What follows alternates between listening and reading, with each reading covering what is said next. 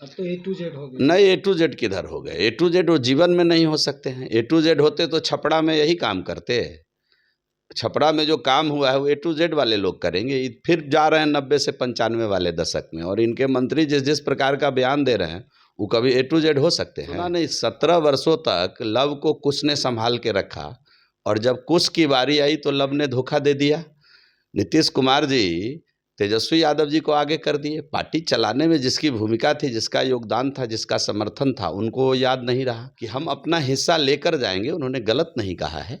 घर जब बटेगा, जब दो भाई के बीच बंटवारा होगी, तो बराबर बराबर की हिस्सेदारी तो देनी ही पड़ेगी। कि उपेंद्र जी ज़्यादा अच्छे कुशल राजनीतिक लोग हैं नीतीश कुमार जी की तुलना में। और 25 तारीख को यानी 25 फरवरी को जो है एक जो खेमा है, यानी यूं कहें कि महागठबंधन जो है वो पूर्णिया में शंखनाद करने जा रही है, और दूसरे तरफ अमित शाह जो अपने देश के गृह मंत्री हैं पटना पहुंच रहे हैं। इन दोनों के बीच में जो खाई है, देखिए, मान्यवर अमित शाह जी का कार्यक्रम पहले से तय था। ये तो बाद में अपना कार्यक्रम तय किए हैं उसी दिन। तो शंख का तो लोग विरोधी हैं, तो शंखनाद क्या करेंगे वो। अच्छा। और आप जान लीजिए कि आप लिख कर रख लीजिए एक बात, कि महागठबंधन दलों के दलदल में ही फंस के रह जाएगी। तो ये जो स्थिति है, पुलिस की सुस्ती, अपराधी की चुस्ती, नीतीश जी को नहीं दिख रहा है क्या? बिहार की जनता सब देख रही है, और समय पर जवाब देगी।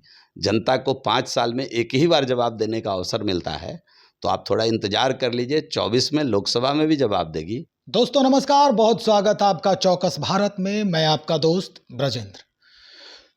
राज्य की राजनीतिक गलियारे में जिस तरह की गर्मी बढ़ते जा रही है, तपिश बढ़ते जा रही है, और ये गर्मी ये कहा जा रहा है कि उपेंद्र कुशवाहा जी के वजह से ही ये गर्मी की जो तापमान है उसमें वृद्धि आ रही है।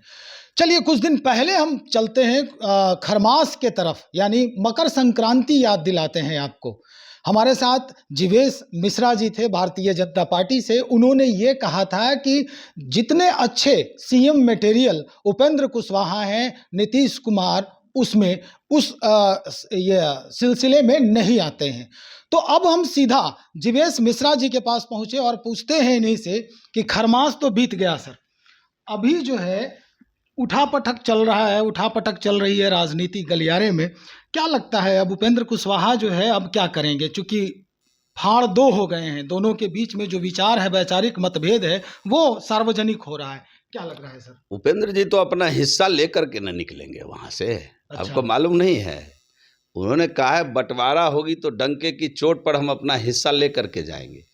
और ये ठीक है कि जदयू में नीतीश जी अभी तक उसके नेता रहे हैं, मुख्यमंत्री भी रहे हैं, लेकिन जदयू जो बना था वो लव कुश के समीकरण पर बना था। जैसे राजद जब बना तो माई समीकरण राजद का अपना समीकरण था, आज तक उसको ढो रहे हैं। अब तो A to Z हो गया। नहीं, A to Z किधर हो गए? A to Z वो जीवन में नहीं हो सकते हैं। A to Z होते तो छपड़ा में यही काम करते। छपरा में जो काम हुआ है वो A to Z वाले लोग करेंगे। फिर जा रहे हैं 90 से 95 वाले दशक में, और इनके मंत्री जिस जिस प्रकार का बयान दे रहे हैं वो कभी A to Z हो सकते हैं?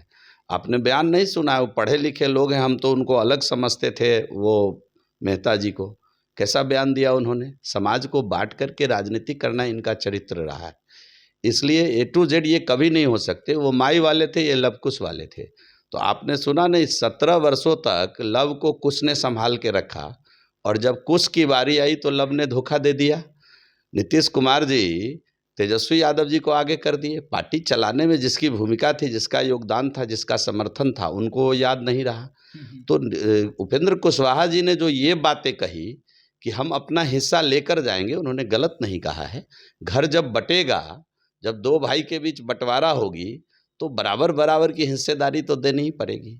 तो इसमें कौन सी बड़ी बात है? और जहाँ तक उपेंद्र कुशवाहा जी का सवाल है, तो मैं व्यक्तिगत रूप से ये बात कहना चाहता हूँ, हमारी अपनी व्यक्तिगत राय है कि उपेंद्र जी ज़्यादा अच्छे कुशल राजनीतिक लोग हैं नीतीश कुमार जी की तुलना में। ये भाग्य और समय की बात है कि लगातार इतने वर्षों तक बिना एक बार पूर्ण बहुमत पाए हुए, कुनवा जोड़ जोड़ करके, दूसरे की बैसाखी पर लटक लटक करके मुख्यमंत्री बने रहे, सत्ता में बने रहे। ये किसी किसी व्यक्ति का सौभाग्य है और उसका ईश्वर द्वारा दिया गया भाग्य है। अदरवाइज अगर आप देखें तो उपेंद्र कुशवाहा जी बहुत अच्छे नेतृत्वकर्ता नीतीश कुमार जी की तुलना में साबित हो सकते हैं। महागठबंधन की तरफ से ये भी जो है आरोप कहिए इसे, ये कहा जा रहा है कि उपेंद्र कुशवाहा इस वजह से कर रहे हैं क्योंकि बीजेपी से डील हो चुका है उनका। अब ये तो वो बताएं कि कहाँ की डील करना उन्हीं लोगों की आदत है। अब सरकार अच्छे से चल रही थी, बाहर कोई किसी को तकलीफ नजर आ रहा था क्या एनडीए की सरकार में? और चुपचाप कहाँ डील हो गई, अब किस प्रकार की डील हो गई? अब ये तो डील वाले लोग ही डील करेंगे ना। हम लोग कभी डील में विश्वास नहीं किए हैं, हम लोग काम में विश्वास किए हैं, हम लोग सबका साथ में विश्वास किए हैं, सबके विकास में विश्वास किए हैं। कहा ये जा रहा है सर कि एम्स में जब वो एडमिट हुए थे तो भारतीय जनता पार्टी के लोग उनसे मिलने गए। अच्छा, अब जब लालू जी बीमार पड़े तो मैंने उनके लिए प्रार्थना किया, तो हमारी डील हो गई लालू जी से क्या? हम तो आज भी कहें किसी चैनल पर कि लालू जी को भगवान स्वस्थ रखे, उनके पुत्र उनकी पुत्रियां उनकी सेवा करें, उनका राजनीतिक इस्तेमाल ना करें। हम तो आज भी बोले हैं, अगर उनकी सेवा करेंगे तो 5-10 साल और जिएंगे और एक राजनेता के रूप में बिहार को एक नेता मिला हुआ रहेगा। तो इसलिए मैंने कहा उनका राजनीतिक इस्तेमाल करेंगे तो उनके दिमाग पर जोड़ आएगा, तोड़ जोड़ करेंगे, उनके दिल पर जोड़ आएगा और वो कहीं ना कहीं डिस्टर्ब हो सकते हैं। तो वो तो धरोहर है, उनको संभाल कर रखने की ज़रूरत है ना। हम तो दूसरे दल में हैं, फिर भी कह रहे हैं ऐसी बात। तो ये तो हमारी हम लोग तो सही रूप से लोगों का मूल्यांकन करते हैं।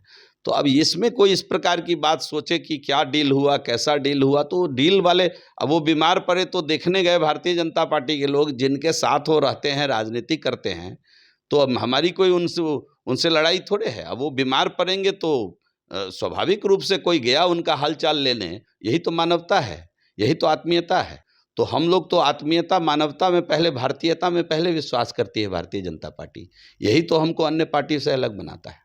इसका मतलब एक शुभचिंतक के रूप में भारतीय जनता पार्टी के लोग वहां गए। अब हम सबके शुभचिंतक हैं। आज नीतीश कुमार जी बीमार पड़ जाएंगे तो मैं पहले प्रार्थना करूंगा कि भगवान उनको स्वस्थ रखे। अब ये अलग बात है कि उम्र का तकाजा उन पर दिख रहा है, ये सभी पर दिखेगा। मैं भी जब उस उम्र में जाऊंगा तो दिखेगा, आप भी जाएंगे तो दिखेगा। लेकिन अब इसका क्या मतलब कि मैं आज अगर वो बीमार पड़ जाए और मैं प्रार्थना करूं तो लोग कहे कि अब ये डील हो गई।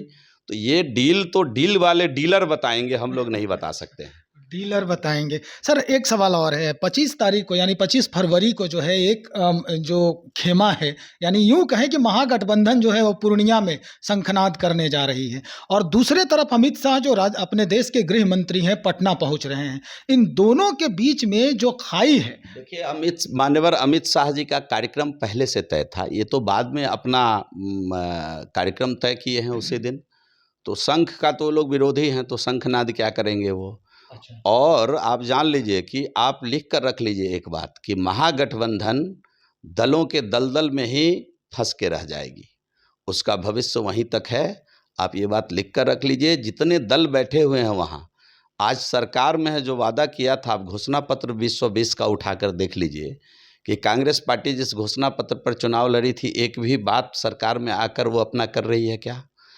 सीपीआई सीपीएमएल के लोग जिस वादे पर चुनाव लड़े थे, वो एक भी बात सरकार में आकर कर रही है क्या?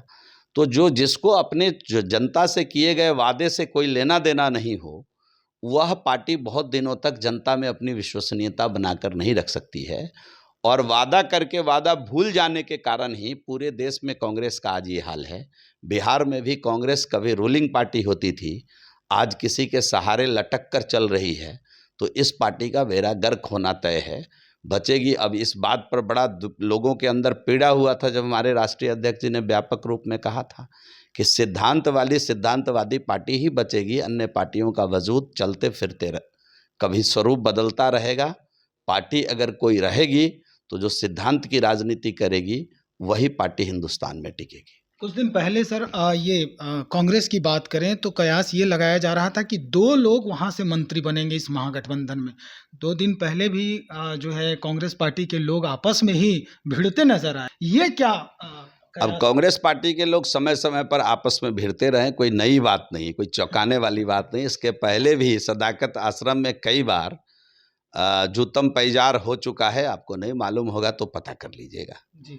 तो ये कांग्रेस का चरित्र रहा है, कांग्रेस का इतिहास रहा है, कांग्रेस के अंदर ये सब होता रहा है। कांग्रेस की गुण और कांग्रेस की क्षमता का ऐसा प्रतीक है। असर महागठबंधन पे भी आएगा। अब महागठबंधन, जिसको मैंने तो एक बात में कहा कि दलों के दलदल में फंस कर रह जाएगी महागठबंधन सरकार, मैं तो एक शब्द एक लाइन में कह दिया। तब किसका असर कहाँ रहेगा? संगत से गुण होत है, संगत से गुण जात।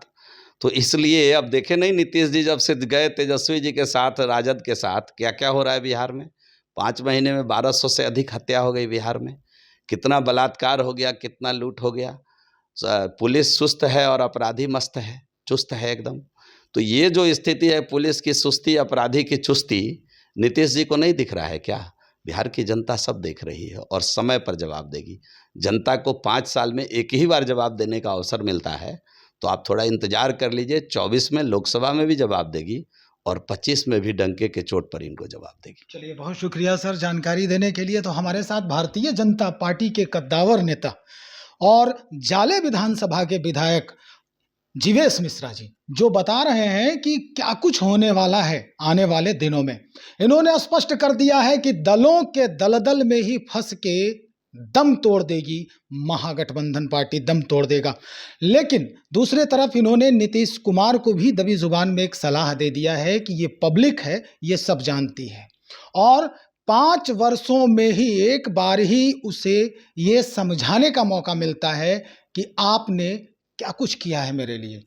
अब 2024 यानी लोकसभा चुनाव और 2025 विधानसभा चुनाव, ये जनता का अपना समय होगा और जनता इसमें नीतीश कुमार को आईना दिखाने का काम जरूर करेगी। आप बने रहें हमारे साथ। बहुत शुक्रिया आपका।